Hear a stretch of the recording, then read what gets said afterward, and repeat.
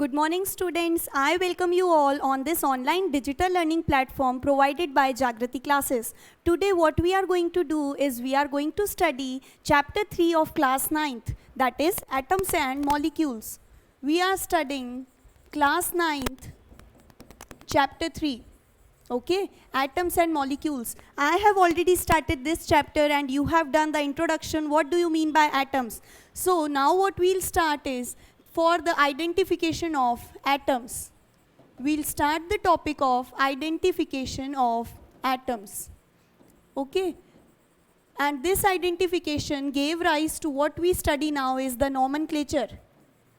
So we'll first see how these atoms were identified, then why they were named. So the naming is done. Nomenclature means naming of atoms, the procedure of naming. And for naming any atom you find, there are certain rules which are prescribed by IUPAC. IUPAC stands for International Union of Pure and Applied Chemistry, and IUPAC has prescribed certain rules which you need to follow to name any atom or any compound which you have. So before this establishment of IUPAC, the atoms were named on the basis of the scientist who discovered the atom or on the basis of its properties. Like gold was named, so gold was given the name of gold because in the English language the word gold means yellow, and as gold appears to be a yellow shiny substance, so it was named gold. Then some were named according to the origin places that they were found. Okay, that is the sodium.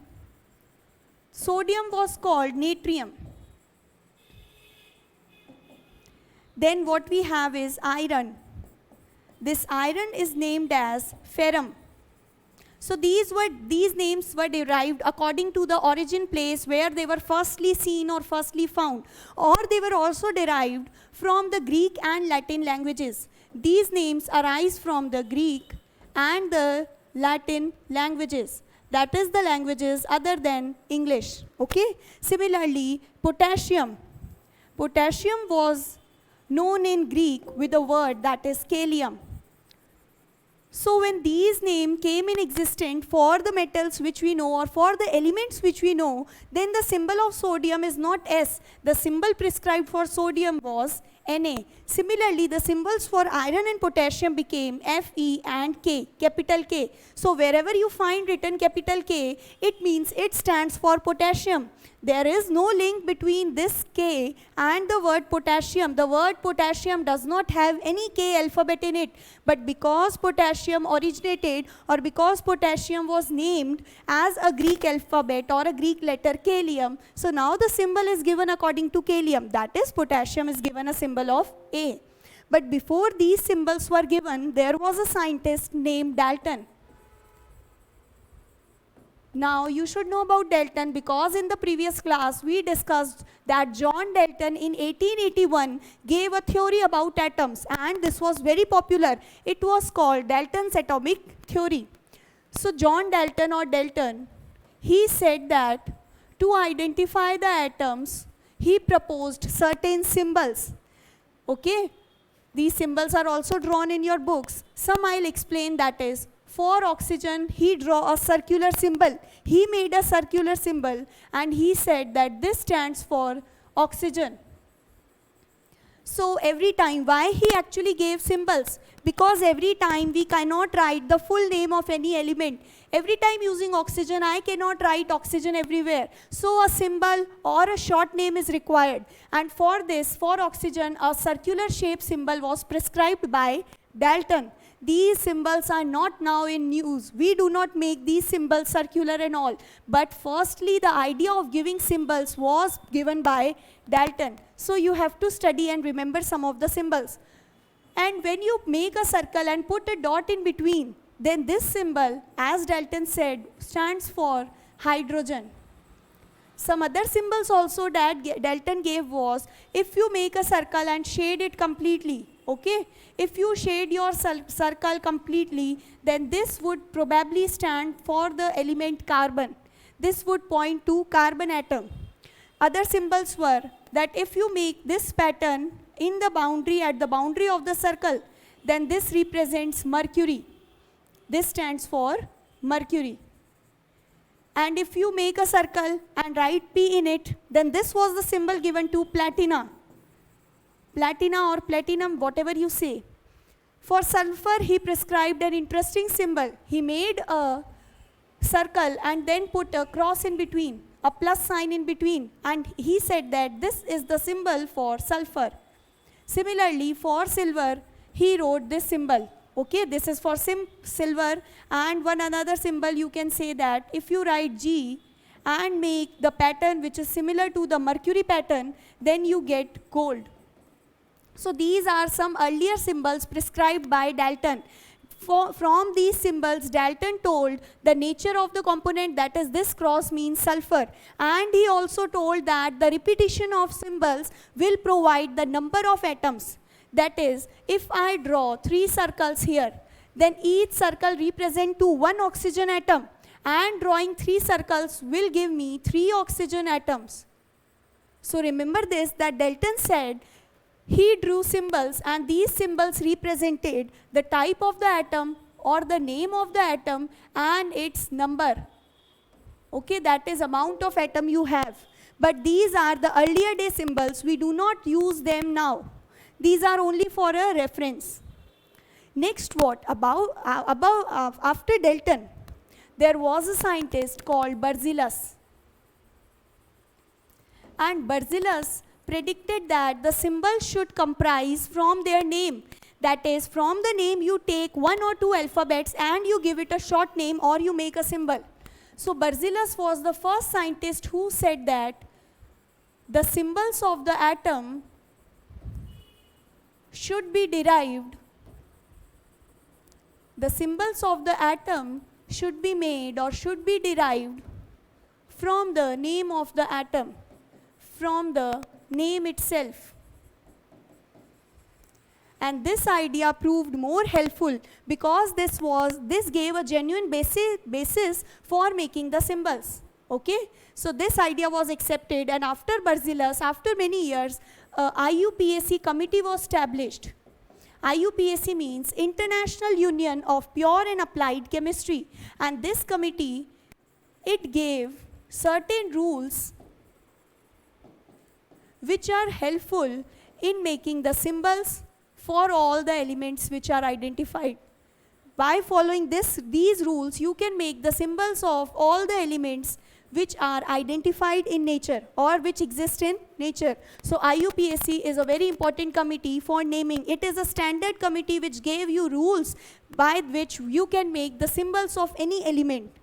So firstly, this worked on the idea of Berzelius that the names or the symbols should be taken from the alphabets of the names. And accordingly, what IUPAC did, for carbon, the symbol proposed by IUPAC is the capital C.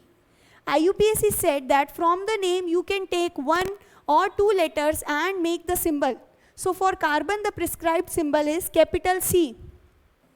For oxygen, the prescribed symbol is capital O. Similarly, IUPAC said that if you have same names, that is, if the name of 3 elements, boron, then you have barium, and then you can take bromine.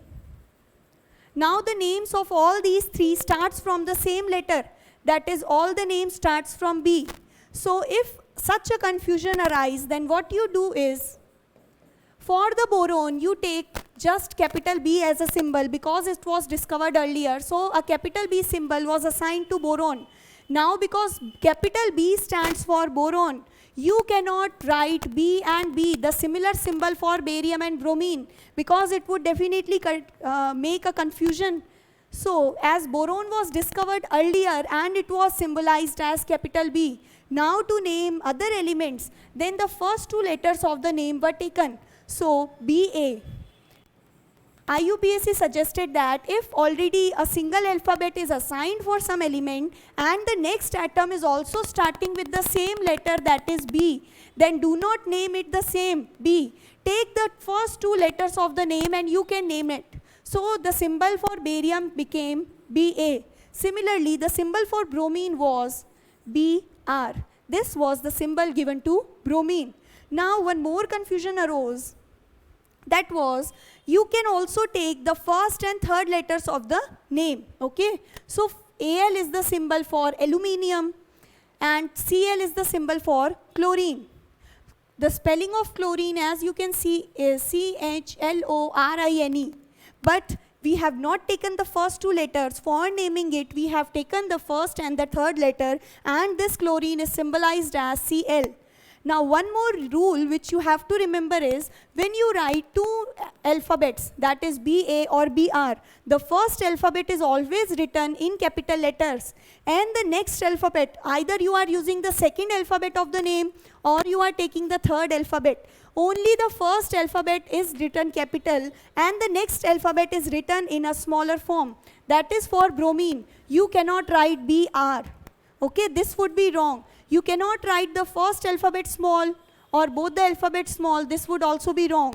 What is the correct form? That you have to write the first alphabet in capital letters and the next alphabet in small letters. So remember this thing. If you write both the letters capital or both the letters small, it would definitely be wrong.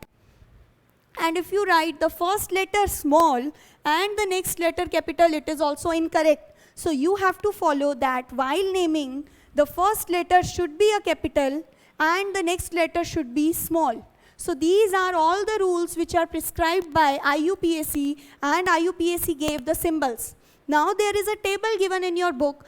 There are names of 15 to 20 elements and their symbols are written. So go through it daily, okay? And learn that table. It is very important because in exams, question may be asked, the name of some elements will be given and you have to write their symbols. So you cannot guess and write that, yes, B will for boron and barium will be Ba, okay? You have to learn them. And it is very easy. Now what we are dealing with our next topic, that is atomic mass. From the name itself, you can understand what do you mean by atomic mass. Mass means, or atomic mass will be, in general sense, mass of atoms. Atomic mass means mass of any atom, weight of any atom which you have. So for this, I hope you can learn the tables starting from 1 to 20, okay? The elements which come starting from atomic number 1 to atomic number 20. Atomic number means the number of electrons present in any atom. Atomic number means the number of electrons, okay? And atomic mass means the sum of number of protons and number of neutrons present in any atom. We'll study all these, and I know you have studied this in your junior classes, that is class 9th. In an atom, what do you have? An atom is considered a spherical object, okay?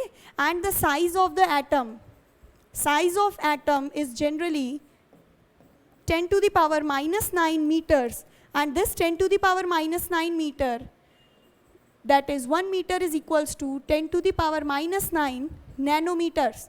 So 10 to the power minus 9 stands for nanometer unit. So consider this is an atom. In the atom, what do we have? At the center, we have a nucleus. This is our nucleus.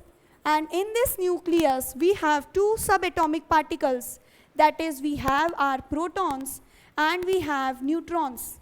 All this you have studied in the structure of atom chapter in class 9th, okay? So inside the nucleus we have two particles. These are called subatomic particles.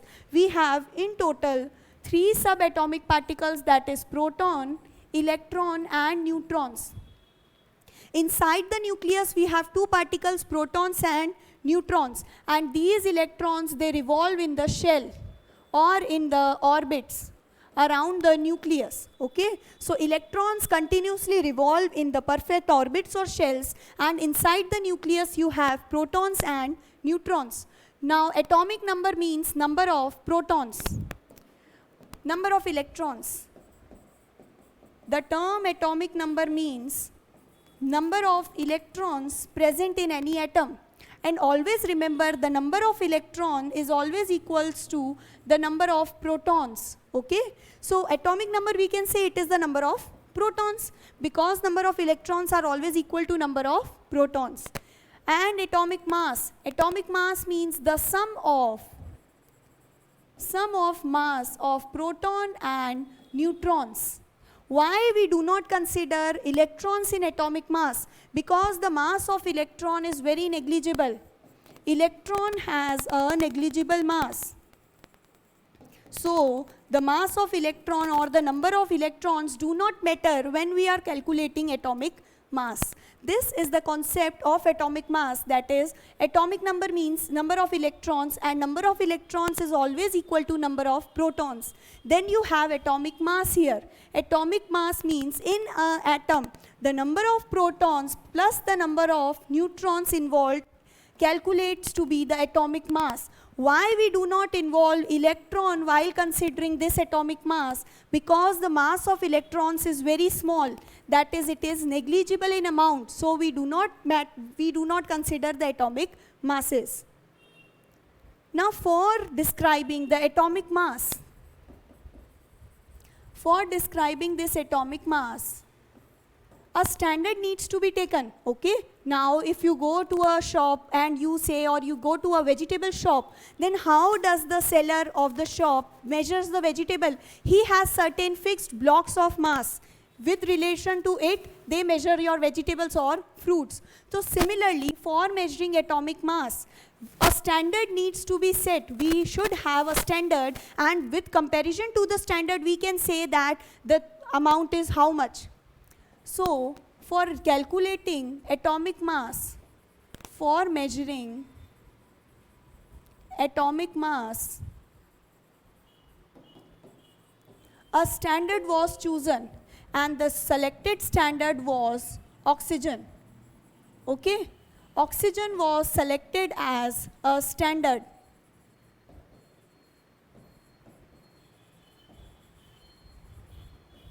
Why oxygen was selected as the standard? Because of major three reasons. First one is oxygen is readily or easily available. Oxygen was easily available. Then the next reason was oxygen is highly reactive. Okay? Oxygen is highly reactive. Because of its high reactivity, it reacts with the majority of compounds. Oxygen reacts with large number of compounds or large number of elements, and it forms a variety of compounds. So this is the second reason for selecting oxygen as a standard. So these were the reasons that we chose oxygen as a standard, and the mass of all other atoms were measured relative to the mass of oxygen. Let's suppose we have a mass of oxygen, that is oxygen weighs 16 units, 16 U. The unit for atomic mass was AMU, which is atomic mass unit, and later it was changed to what? The unit was changed to U. AMU meant atomic mass unit, and here U means unified mass. So firstly, earlier the unit given for atomic mass was AMU, atomic mass unit, but few years later the unit was changed to small u. U meant unified mass. So when this oxygen was considered as a standard, the mass of oxygen was taken as 1 unit. Okay? The mass of oxygen was taken as 1 unit.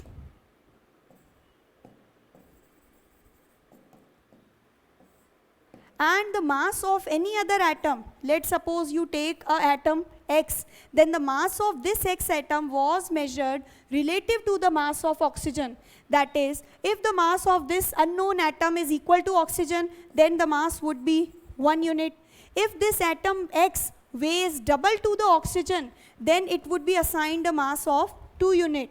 If this unknown atom weighs 3 times of the oxygen atom, then you can easily assign the mass to be 3 units. So this was the way to assign the mass to an atom. Any unknown atom, you can give its mass in comparing the mass to your oxygen atom.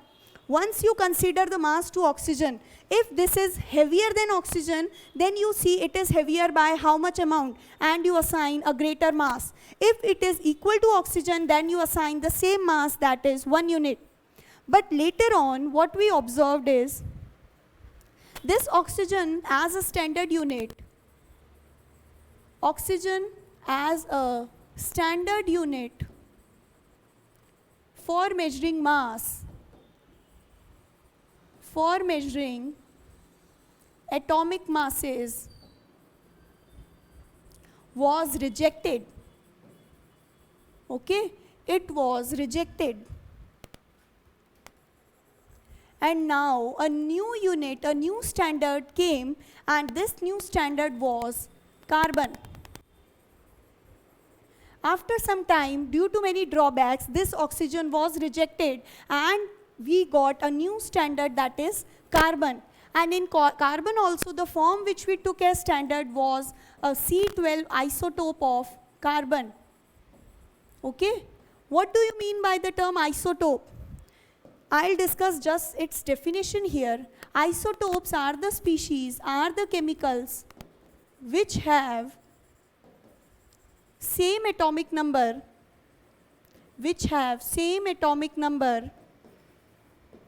but different atomic mass.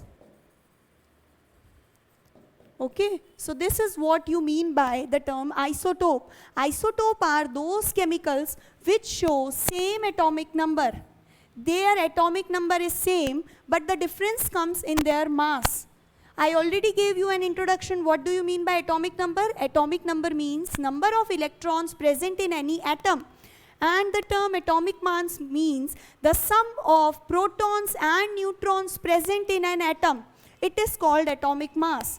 So for carbon, carbon exists in two isotopes. Carbon has two isotopes. One isotope is called C12 and the other isotope is called C13. Okay, carbon 13 isotope. In C12, what do we have is, in this carbon 12 isotope, 12 means we have 12 electrons, okay? Then we have 12 protons and 12 neutrons are there. But for this C13, the number of neutrons is changing. It is 13. So this is the difference between the isotopes of carbon. So we have two isotopes of carbon, C12 and C13. Between C12 and C13, which was taken as standard, the carbon 12 isotope was selected as a standard. Now, so we have a new definition of our atomic mass. That is, what do you now mean by atomic mass? Atomic mass is the average mass. It is a relative or average quantity. It is not an absolute number. Remember, atomic mass is the average. Because we are measuring the mass relative to the carbon isotope, we are not assigning an absolute value. We are comparing our unknown atom with the carbon isotope and then we are assigning the mass to it. So we write atomic mass is the average mass of any atom measured relative to or with respect to, means it is compared to carbon and then you have to assign a value. So we write it is the average mass of any atom which is measured with respect to mass of one atom of C12, that is carbon 12 isotope. So this is what you mean by atomic mass. It is an average value, average mass which you measure with respect to while comparing to the mass of one atom. That is, while comparing to the mass of a single atom of C12, you measure the atomic mass of any unknown element. So this is what do you mean by atomic mass. The unit of atomic mass, previously it was AMU. AMU means atomic mass unit. And later the unit was assigned as small u. And this small u term here means unified mass. It stands for unified mass. And if sometimes you are asked a definition about what do you mean by 1 AMU, a question may come that what do you mean or understand by 1 AMU? So the definition is the similar. 1 AMU is the atomic mass or is the average mass of any atom which is measured in comparison to the mass of one atom of C12 isotope. So this is the similar definition. Either you are asked in exam, what do you mean by atomic mass? Or you are given a question that define 1 AMU or what does 1 AMU stands for. So 1 AMU, you have to write the same definition, and 1 AMU stands for atomic mass unit. Okay? AMU means atomic mass unit. And later the new unit assigned was small u, and the small u was unified mass. So this is the concept about atomic mass. And now the atomic mass, how to measure it or how to solve the numericals. So let's do some questions, that is, find the atomic mass of the following elements or atoms. The first one we have is carbon. The next, let's take lithium. Then we take oxygen. Okay, you can practice many more examples. But before attempting these questions, I have a homework for you. What? You have to learn all the atoms starting from atomic number 1 to atomic number 20. Do learn these atoms. What you have to learn? You have to learn their name. Then you would learn their symbol. Then what you have is their atomic number. And then you will have its atomic mass. You have to learn these 4 columns. It may be given in your books or it is easily available on the net. You can take, the starting is hydrogen. Okay, then comes helium. Then comes lithium. As I have taken a question of lithium here, if you know these values, then you will be able to solve the questions. So the atomic number of hydrogen is 1. The symbol of hydrogen is capital H, and its atomic mass. Generally for learning atomic mass, just double the atomic number. Okay, the atomic number is 1, so the atomic mass will be 2. Next is helium. The symbol for helium is He. Its atomic number is 2 and its mass is 4. For lithium, we have the symbols capital L and writing a small I. So lithium means Li. Atomic number of lithium is 3 and its mass is double, that is 6. Somewhere you will find exceptions in the atomic number and atomic mass. Atomic number is just in a particular order starting from 1 and ending to 20. Atomic mass might not be the double always. Let's suppose you have an atom chlorine here. The symbol for chlorine, as already talked about, is Cl. Then the atomic number of chlorine is 17. So I told that atomic mass is generally double, not always. It is usually the double. So here you should have a mass of 34, but the mass of chlorine is 35.5 units. So please carefully read the table once and learn all the exceptions coming in the table. Okay? Now we can solve this question. The atomic mass of carbon, if you have learned the table, if you just know the atomic number, then you can do the atomic number of carbon is 6. So its atomic mass will be 6 into 2, that is 12 unit. You can put U or you can put AMU. Then the mass of lithium, the atomic number of lithium is 3 here. So mass you get is 3 into 2, that is 6 units. And for oxygen, the mass is 16 units, okay, because its atomic number is 8. Now these were the simple atoms which you can directly solve from the table. But if you are given any compounds, then how you will find the atomic mass? We'll try find the atomic mass of the following compounds. The first is carbon dioxide. Can you find the mass of carbon dioxide? Or you can try it for water. The next one would be a simpler one, that is ammonia. Now question is given that you have to find the mass of these compounds. How to find the mass? First you should know the formulas, okay? So the formula of carbon dioxide is CO2. Now you have to add the mass of carbon and the mass of oxygen to get the mass of carbon dioxide. What you do is, the mass of carbon plus, we have two oxygens here, CO2, so we have two oxygens. Then we say 2 multiplied by mass of one atom of oxygen. If you learn the table, you will get from the table that mass of carbon is 12 plus 2 into, why I am multiplying with the coefficient 2, because in the formula you have a single carbon bonded with two oxygen atoms. So we have to multiply by a coefficient of 2. Now mass of one oxygen atom is 16 and here comes 2. Okay, so what you get it, if you add all these, 16, 2 is 32 and 32 plus 12 will be 44 units. So the mass of carbon dioxide would be 42. Now these all I think you can do on your own. Ammonia, the formula of ammonia is NH3. The mass of N, if you have learned the table, then the mass of N would be 14. Mass of H is 1. If you take 3 hydrogen, then it would be 3. Then you get a total mass of 17 units for ammonia. And for water, that is H2O. The mass of H is 1. We have 2H, so 2. Then you have oxygen. Oxygen is 16. So you get a total mass of 18 units. So these are the atomic masses of certain compounds. So before attempting these questions, you have to definitely learn the table from 1 to 20 of the atomic masses. Then you will be able to solve the questions. Now we are moving on to our next topic.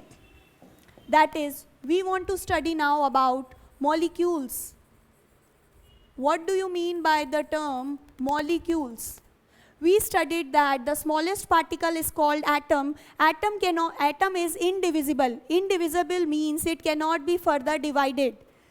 So atoms are not stable. They can't exist independently. So what do atoms do? They want to exist, but they cannot remain alone. So they make a clump or a group of atoms. And this group of atoms is termed as molecules in chemistry. So molecule means a group of, it is a group of two or more than two atoms which are combined together to form a single molecule. Okay? So molecule is a group of atoms. There may be two atoms or any number of atoms which combine and they form a single unit, and this single unit is called molecule. The next property of molecule would be, molecules are capable of, these are capable of independent existence. They have the capacity to exist independently. What does the word independently means? They can exist as molecules. Let's suppose we have an atom. For example, if I take an oxygen atom, the symbol for oxygen atom is capital O. But oxygen is not found in its atomic form in nature. In nature, oxygen is found in the form of O2. It exists as gas and the composition of gas is O2. That is, the atom of oxygen O, it is not able to remain alone. That is, we can say it cannot exist independently. It can't exist independently. Whereas the molecule of oxygen can exist independently, can exist alone. It is quite stable. So in nature, these atoms which cannot exist independently, they group together, they form a group, and this group is called molecule. So molecule is an aggregation of atom. Aggregation means grouping of atoms. In a molecule, there may be two atoms or any number of atoms. Okay, for example, in oxygen, we have two oxygen atoms which are combined together to form an oxygen molecule. According to the number of atoms present in the molecule, now we can classify the molecule into three categories. Three or more categories can be there. And these categories are based upon the number of atoms present in a molecule.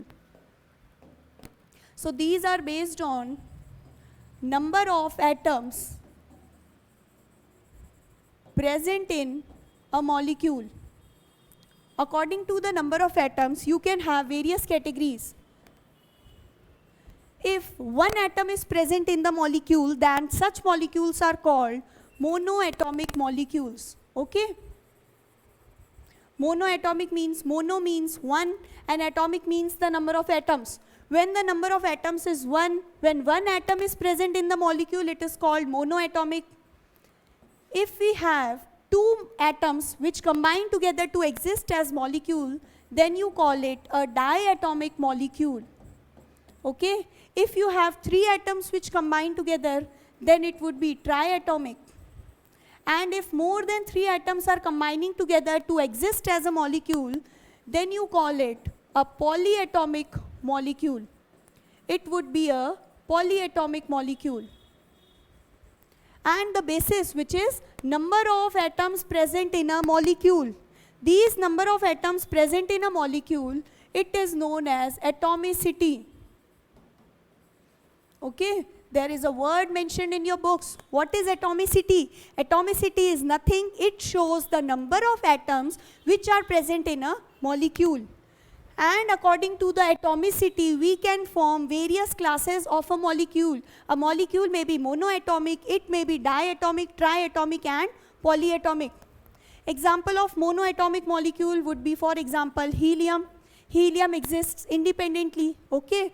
Diatomic, we have Cl2 or we have nitrogen. Then we have oxygen. So these are diatomic. In the molecule of nitrogen, you have two nitrogen atoms which combine together to form a molecule. Then you have triatomic molecule and you have polyatomic molecules. Can you give any example of a triatomic or polyatomic molecule? Triatomic is really simple. Do find the examples of triatomic in. Okay, this is a homework for this class. Do find, it is mentioned in your books, 2 to 3 examples are given. Learn the examples of triatomic molecules. For polyatomic molecules, again you can have phosphorus. Phosphorus exists as P4, that is, it is tetraatomic. Phosphorus is a tetraatomic molecule. Then you can have sulfur. Sulfur exists in different forms, okay? Mainly sulfur exists in a unit of S8. So it is also a polyatomic molecule. So these are the different classes of molecule. It is based on the atomicity of molecule. Atomicity means कितने atoms combine होके एक molecule बना रहे हैं. इसे हम बोलते हैं atomicity. So on the number of atoms, monoatomic. Mono means when single atom is present. Di means two atoms. Tri stands when three atoms combine together to form a molecule. A question comes, why oxygen, I'll write it in the next slide, okay? A question is frequently asked that why we use oxygen gas.